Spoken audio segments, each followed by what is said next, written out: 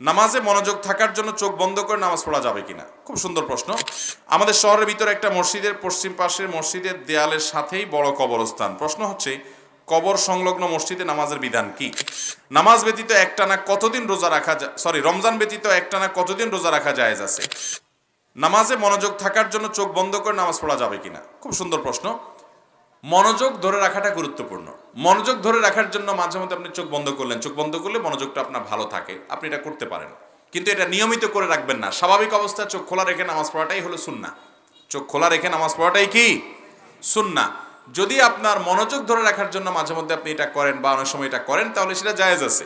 But এটাকে উত্তম মনে করা বা এটাকেই একমাত্র সিস্টেম বানিয়ে রাখার কোনো কারণ নাই। খোলা এবং স্বাভাবিক চোখ রেখে নামাজ পড়াটাই হলো সুন্নাহ। নামাজ ব্যতীত একটানা কতদিন রোজা রাখা রমজান ব্যতীত একটানা কতদিন রোজা রাখা জায়েজ আছে? রমজানের বাইরে টানা কতদিন রোজা রাখতে পারবেন? উত্তর হলো, এটার কোনো লিমিটেশন নাই যে আপনি এই কয়দিন রাখতে পারবেন, এর বেশি রাখতে পারবেন না। তবে সারা জীবন টানা রোজা রাখবো, কখনো রোজা আমি ভাঙবো না, হারাম দিনগুলো ছাড়া সবসময় রোজা রাখবো, এইভাবে টানা রোজা রাখা, এটার ব্যাপারে হাদিসে নিষেধাজ্ঞা আছে। আপনি নিজের জন্য দিনকে, ইসলাম পালনকে কঠিন বানাবেন না। তবে আপনি যেটা করতে পারেন, একদিন রোজা রাখলেন, একজন ইফতার করলেন, এটা উত্তম।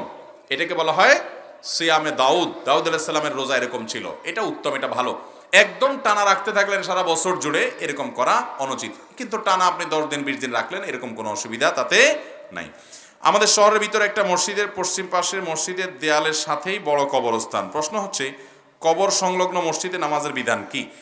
মসজিদের দেয়াল আছে স্বতন্ত্র, এরপরে কবরস্থান আছে আলাদা, এই মসজিদে নামাজ পড়া জায়েজ আছে, কোনো অসুবিধা নেই।